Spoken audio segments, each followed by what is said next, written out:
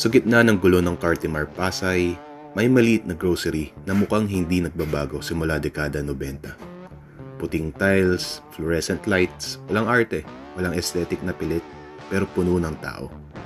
At kadalasan, kapag ganun, may dahilan.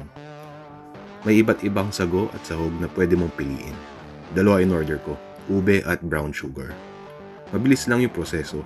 Order ka lang, tapos sila na bahala maglagay ng taho at mga sahog. 80 pesos bawat isa, at honestly, mabigat siya para sa taho.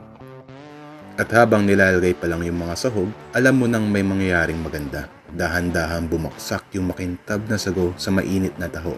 Hindi tinipid, talagang marami.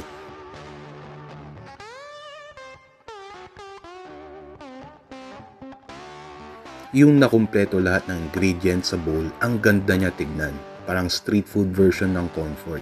Nag-reflect pa yung ilaw sa arnibal habang humahalo sa silky taho. Yung warm caramel color, tapos yung makintab na sago. Simple pero cinematic, parang alam mo nang masarap bago mo patikman. At honestly, curious ako sa ube taho nila kasi unang beses ko natikman yung ube taho, nasa Baguio pa ako noon.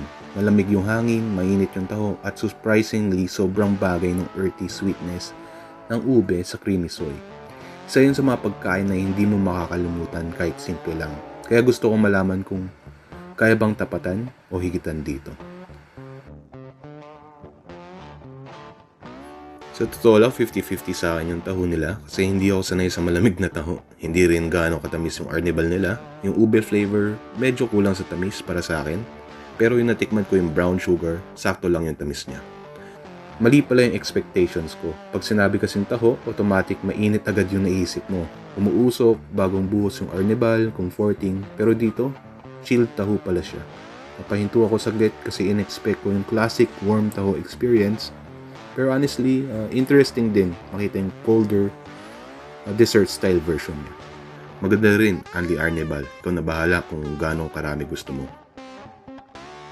Goods naman yung soy nila, hindi matubig yung taho, silky yung tofu, malinis yung lasa ng soy, at mabilis pa yung service nila kahit dagsa yung tao. Habang kumakain ako rito, mapapansin mo halo-halo yung tao.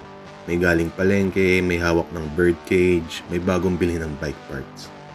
Mga matagal ng suki na parang ritual na nila yung taho pagkatapos mamili. Sa loob ng grocery nila, may mga frozen products din na pwedeng gamitin pang hotpot.